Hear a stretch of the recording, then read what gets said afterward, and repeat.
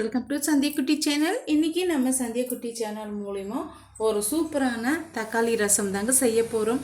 இப்போ பார்த்திங்கன்னா நம்ம சாப்பாடெல்லாம் சாப்பிட்டு லாஸ்ட்டு ஃபைனலில் ரசம் சாப்பிடும்போது அதனுடைய டேஸ்ட்டே வேறு லெவலில் தாங்க இருக்கும். அதுபோல் தான் இன்றைக்கி நம்ம தக்காளி ரசம் எப்படி நம்ம சேர்த்துன்னு சொல்லிட்டு பார்க்கலாங்க. அதுக்கு 4 பெரிய சைஸு தக்காளி பழம் எடுத்து இது போல் நான் கட் பண்ணி வச்சுருக்கேன். இப்போ பாதியாக கட் பண்ணிக்கலாம். இது போல் நம்ம கட் பண்ணும்போது கைகளால் பிசைஞ்சு எடுக்கும் போது ஈஸியாக இருக்கும். நல்ல பழுத்த பழமாக பார்த்து நீங்கள் எடுத்துக்குங்க. இது எக்காரணத்து கொண்டு மிக்சி ஜாரில் போட்டு நம்ம அரைச்சி எடுக்கக்கூடாதுங்க. அதனுடைய சூடையும் நமக்கு ரசம் நல்லா இருக்காது. கைகளாலே நம்ம பிசைஞ்சு எடுத்துக்கலாம். பாருங்கள், இப்போ 4 தக்காளி பழமும் நான் கட் பண்ணி வச்சுக்கிட்டேன். இப்போ 1 டீஸ்பூன் அளவுக்கு சீரகமும் 1 டீஸ்பூன் அளவுக்கு நான் மிளகும் எடுத்து வச்சுருக்கேன். இதை ஃபஸ்ட்டு நம்ம கொரகொரப்பாக அரைச்சி எடுத்துகிட்டு வந்துடலாம். பாருங்கள், இந்த அளவுக்கு நம்ம கொரகொரப்பாக அரைச்சி எடுத்துகிட்டு வந்தாச்சு. இப்போ இது கூடவே ஒரு 10 போல் நான் பூண்டு எடுத்து வச்சுருக்கேன். தோலோடு தாங்க எடுத்து வச்சுருக்கேன். அதையுமே இதோடு நம்ம சேர்த்து நல்லா கொரகொரப்பாக அரைச்சி எடுத்துகிட்டு வந்தாலும் நைஸாக இல்லைங்க, கொரகொரப்பாக அரைச்சி எடுத்துட்டுக்கலாம்.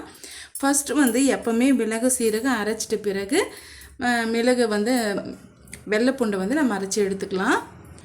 பாருங்கள், இது போல் ஒன்றும் பாதியமாக நம்ம அரைச்சி எடுத்துகிட்டு வந்தாச்சு. இப்போ இது போல் தான் நம்ம வெள்ளைப்பூண்டும் மிளகு சீரகம் எல்லாமே அரைச்சி எடுத்துக்கணும். இப்போ இதில் பாதி அளவுக்கு இந்த தக்காளி பழத்தில் நம்ம சேர்த்து விட்டுக்கலாங்க. மிச்சம் பாதி நம்ம தாளிக்கிறதுக்காக சேர்த்துக்கலாம். இப்போ இது கூட ஒரு சின்ன நெல்லிக்காய் சைஸ் அளவுக்கு நான் புளி எடுத்து வச்சுருக்கேன். அதையுமே இதோடு நம்ம சேர்த்து விட்டுடலாம். இப்போ இந்த ரசத்துக்கு தேவையான அளவுக்கு உப்பு சேர்த்துக்கலாங்க. நான் கல் உப்பு தான் சேர்த்துக்க போகிறேன். ஒரு 1.5 டீஸ்பூன் அளவுக்கு கல் உப்பு நம்ம சேர்த்துக்கலாம். இது கூடவே பெருங்காயத்தூள் ஒரு 1/4 டீஸ்பூன் அளவுக்கு சேர்த்துக்கலாங்க. உங்கள்கிட்ட கட்டி பெருங்காயம் இருந்ததுன்னா நீங்கள் அதையுமே நீங்கள் பயன்படுத்திக்கலாங்க. இப்போ ஒரு 1/4 டீஸ்பூன் அளவுக்கு மஞ்சத்தூள்,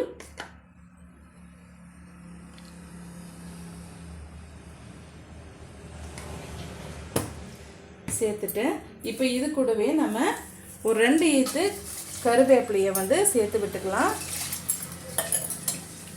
நான் இன்றைக்கி அப்படியே நான் சேர்த்துக்க போகிறேங்க. இந்த தண்டோடவே அப்படியே நம்ம சேர்த்துக்கலாம். அப்போ தான் டேஸ்ட் நல்லாயிருக்கும். இது கூட ஒரு 1/4 பாகம் நம்ம கொத்தமல்லி இலையும் அப்படியே கட் பண்ணிவிட்டு சேர்த்துக்கலாங்க. பாருங்கள், இது போல் நம்ம காம்போட கட் பண்ணிக்கலாம். இப்போ கொஞ்சமாக நம்ம தண்ணி சேர்த்து பிசைஞ்சு எடுத்துக்கலாங்க.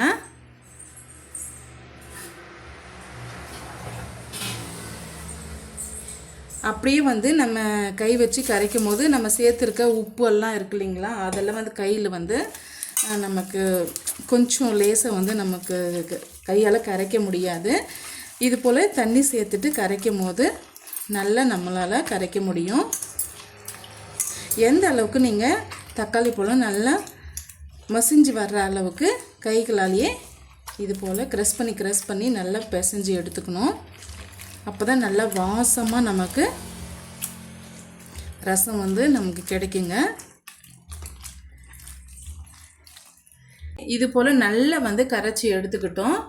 கொஞ்சம் கூட அந்த திப்பிகள் பாருங்கள், இந்த அளவுக்கு நல்லா எந்த அளவுக்கு உங்களால் மசிச்சு எடுக்க முடியுமோ அந்த அளவுக்கு நம்ம மசிச்சு எடுத்துக்கிட்டோம்.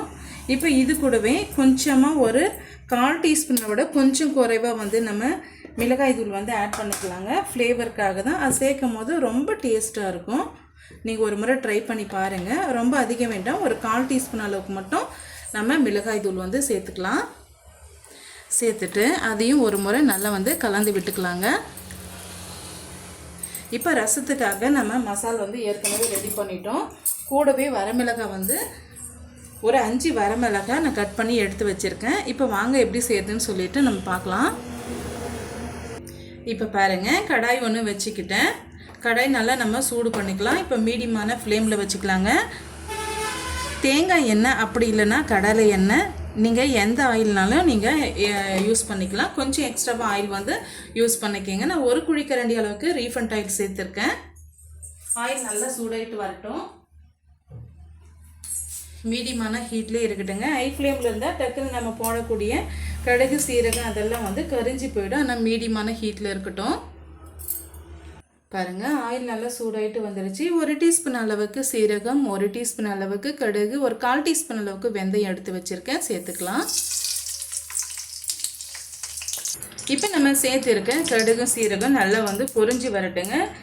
நல்லா வெடிச்சு வரணும். வெடிச்சு வந்த பிறகு தான் நம்ம மிக்ஸ் பண்ணி வச்சுருக்கேன், அரைச்சி வச்சுருக்கேன். இப்போ வெள்ளைப்பூண்டும் மிளகும் சீரகமும் அதெல்லாம் வந்து நம்ம சேர்த்து மிக்ஸ் பண்ணிக்கணும். இப்போ பாருங்கள் நல்லா வெடிஞ்சு வருது. இப்போ வரமிளகாவை சேர்த்துக்கலாம். இப்போ இது ஒரு 2 நிமிஷம் வந்து இந்த கலர் சேஞ்ச் ஆகிட்டு வரட்டும். பாருங்கள், இந்த அளவுக்கு நல்லா சேஞ்ச் ஆகிட்டு வந்த பிறகு இப்போ அரைச்சி எடுத்துகிட்டு வந்து மிளகு சீரகம் சேர்த்துக்கலாம். சேர்த்துட்டு ஜஸ்ட் வந்து ஒரே ஒரு நிமிஷம் மட்டும் நம்ம மிக்ஸ் பண்ணி கொடுத்துக்கலாங்க. அதிக நேரம் வந்து வதக்க வேண்டியதில்லை. இப்போ நம்ம கரைச்சி வச்சுருக்க தக்காளியும் புளியும் வந்து இதோட ஆட் பண்ணிக்கலாம். தேவையான அளவுக்கு தண்ணி சேர்த்துக்கலாங்க. நான் 1 லிட்டர் அளவுக்கு நான் தண்ணி வந்து சேர்த்துக்கிறேன். இப்போ இது நல்லா வந்து கொதிச்சு வரட்டுங்க. அது வரைக்கும் நம்ம ஹை ஃப்ளேமில் வச்சு நல்லா கொதிக்க விட்டு எடுத்துக்கலாம். ஓப்பன் பண்ணி பார்க்கலாங்க. பாருங்கள், இப்போ கொதிச்சு வர டைம் ஆகிடுச்சு. இந்த டைமில் ஒரே ஒரு பச்சை மிளகாய் எடுத்து நம்ம உடைச்சிட்டு சேர்த்துக்கலாம் ஃப்ளேவருக்காக. இப்போ எப்பவுமே பார்த்தீங்களான்னா ரசம் வந்து கொதிக்கக்கூடாது அப்படின்ட்டு சொல்லுவாங்க. ஆனால் எண்ணெய் பொறுத்த வரைக்கும் நல்லா தலைன்னு நல்லா கொதிச்சு வரணுங்க. அப்போ தான் அந்த ஃப்ளேவர் வந்து நல்லா இறங்கும். நல்லா கொதிச்சு வரட்டுங்க.